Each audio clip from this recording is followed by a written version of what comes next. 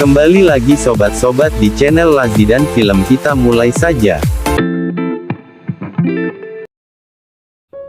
Film yang berlatar pada tahun 1960-an menceritakan tentang seorang pemilik rumah bordil yang sukses di Perancis. Ia bernama Fernande Groot atau dikenal sebagai Madame Claude. Rumah bordilnya berkembang sangat pesat dan memiliki pelanggan para petinggi pemerintahan, pejabat, serta penguasa. Hal itu membuatnya memiliki kekuasaan dan pengaruh di dunia kriminal politik Prancis. Tak hanya itu, ia juga mendapatkan perlindungan karena menjadi informan polisi. Di suatu ketika, dalam rumah bordil tersebut sedang mengadakan sebuah perayaan ulang tahun seorang gadis milik Groot. Di sela-sela pesta, Groot meluangkan waktu bertemu gadis lainnya bernama Sidonie. Doni merupakan gadis pendatang baru yang mencoba memperkenalkan diri pada calon majikannya.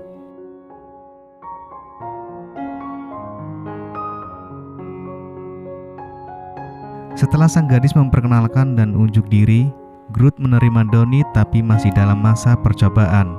Groot kemudian memintanya untuk kembali ke pesta dengan para gadis yang lain. Di sana tak hanya ada banyak gadis, melainkan juga lelaki dari berbagai usia. Malam itu Doni diminta untuk melayani seorang pria bernama Paul. Tentu saja hal itu sebagai percobaan agar Groot tahu kualitas anak buahnya. Groot mendapatkan komisi 30% dari setiap gadisnya. Dia sendiri punya tarif sebesar 500 franc untuk 2 jam. Groot mempunyai masa lalu kelam ketika ia jatuh cinta dan harus hamil di usia 17 tahun oleh seorang pria. Putrinya yang bernama Anne dititipkan pada sang ibu, sementara dirinya hijrah ke Paris. Namun sekarang ia membawa putri dan ibunya hijrah ke Paris. Sang putri sendiri kini sudah tumbuh remaja. Melanjutkan pekerjaannya menerima pesanan, Groot kembali menerima gadis baru.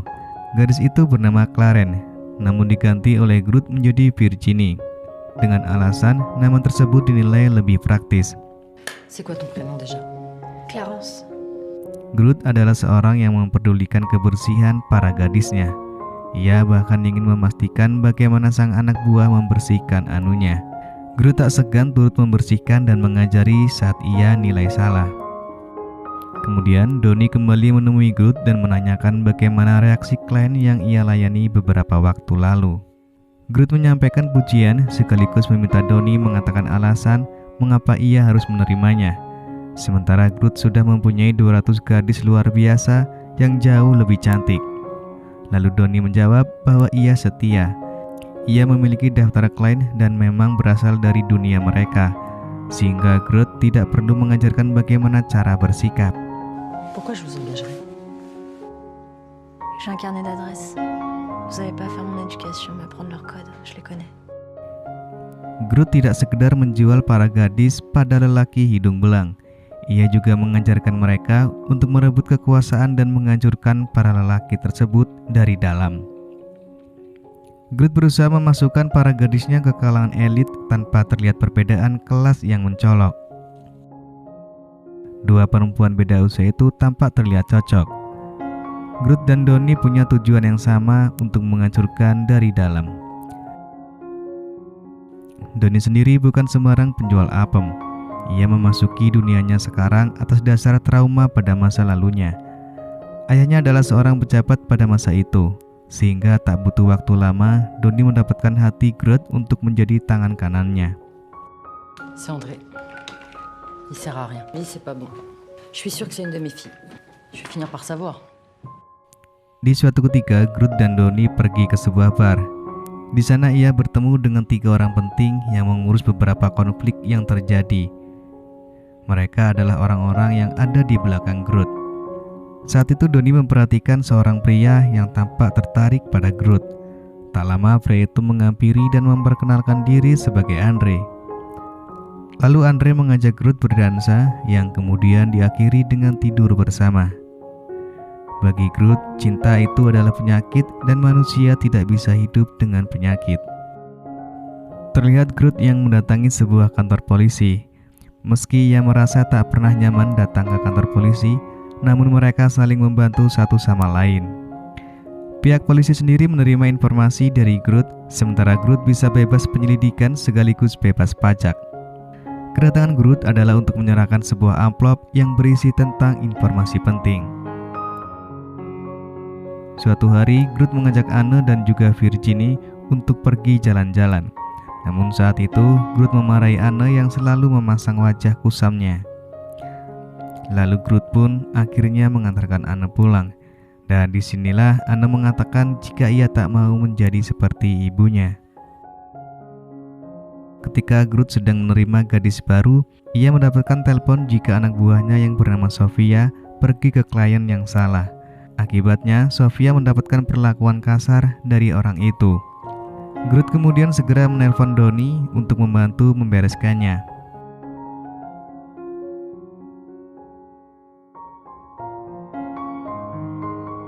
Groot merupakan seorang wanita yang sukses dalam pekerjaannya itu. Ketenaran namanya pun hampir tersiar ke segala penjuru negara.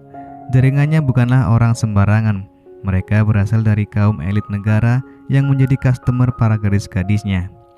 Namun seiring berjalannya waktu, pamor Groot kian menurun karena faktor pergantian kekuasaan dan politik. Pada saat itu ia mulai memiliki banyak masalah.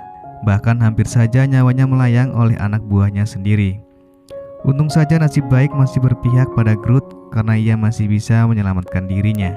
Je peux te parler? Oui, bien sûr. C'est important. Ça va pas? Non, si, ça va, ça va.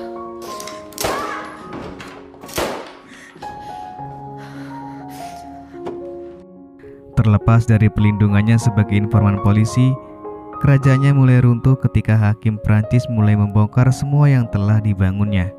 Ia sempat melarikan diri ke Los Angeles setelah dikejar 11 juta franc pajak yang belum dibayarnya. Namun kemudian ia kembali ke Prancis dan menjalani hukuman penjara ringan selama 4 bulan. Setelah dibebaskan dari penjara, ia kembali mencoba mendirikan bisnis lamanya itu. Tapi sayang, ia harus kembali ditangkap dan dijatuhi hukuman penjara sampai usia tuanya. Groot pun akhirnya meninggal di usia 92 tahun. Dan film pun selesai.